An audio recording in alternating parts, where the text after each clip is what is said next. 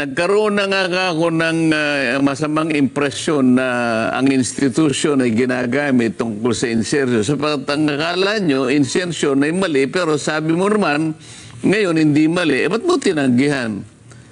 Bakit nag-disclose ng ganun si Senator Ping kung wala naman palang problema doon? Ba't kinakailangan pa niyang sabihin, insertion, sabi niya, is threatening our economy.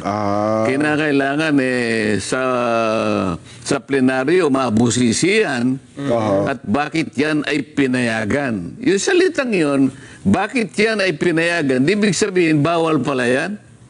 Oo nga. So, ba't ka magpapaliwanag ngayon, although late na in the day, sapagkat na-unsettle na yung mga kasama mo eh. Oo. Hindi mo nyo ako dapat na ipaliwanag to, ba't nangyayari ito?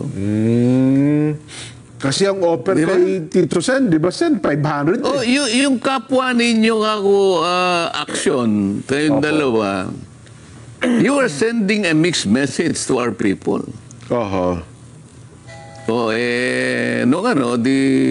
Yun ang pinakabud ng aking, kinakailangan natin, magkaroon tayo ng clarity rito. Ang insertion ba masama o mabuti? Kung masama, ba't mo tinatanggihan? Kung masama, bakit sabi mo part ng regular process at hindi mo siya tinanggap? Dapat na bahala yung mga kasama natin. Wala naman palang problema dyan. Okay, ang sinasabi niya, bago natin i-refer yung privilege speech ni Senator Marcoleta, ay gusto ko munang magpaliwanag doon sa kanyang mga pinagsasabi. Una, sabi niya, sino po ito? Si Senator Ping na po ito? O si Senador Soto? Senate President Soto? Senate President. Okay kasi po. siya presiding officer. Una kanya, dapat sana nag-deliver ka ng privilege speech. Nandito sana si Senator Ping. Opo.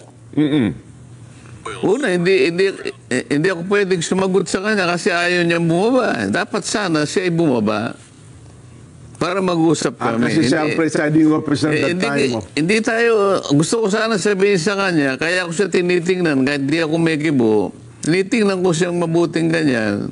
Sinesend ko yung message sa kanya. Opo. Mr. President, kung gusto mong sagutin ako, ang parliamentary practice po, kailangan po kayo, ay tawagin nyo si JB. Sa podium. Tawagin nyo po yung majority leader, magpalit muna kayo. Kayo pong bumaba rito para nag-usap. Para kayo pong sasagot. Sasagutin ko po kayo. Yun ang reglamento pala. Okay. Alam niya yun di ba? Opo. Nagtagal naman siya doon. Siya nga po pinakamatanda. Kasi ako, ginagalang ko lahat ang ano natin, ang procedure. Kaya hindi ako sumagot sa kanya kasi nakaharap siya Presiding. Siya presiding. Ayoko sumagot sa kanya because he's the presiding officer. Yes. Kaya ako siya tinitingnan, hindi ako sumasagot. Iniintay ko na maunawaan niya na kinakailangan bumaba siya para siya sumagot. Okay. So, pero ituloy natin sinabi niya, kinakailangan kanya nandito si Senador Ping nung nag-privilege speech ka. Kung halimbawa kaya bumaba siya, ito yung sasagot ko sa kanya. Okay. Your Honor, hindi ko po tungkulin. Wala po akong obligasyon na sabihan ko kayong lahat na ako'y magpiprivilege speech. Kailangan po na dito kayong lahat. Huwag kayong aalis magpiprivilege speech ako. Wala pong ganon. Walang ganon. Hindi mo pwedeng pigilan. Wala po akong karapatan.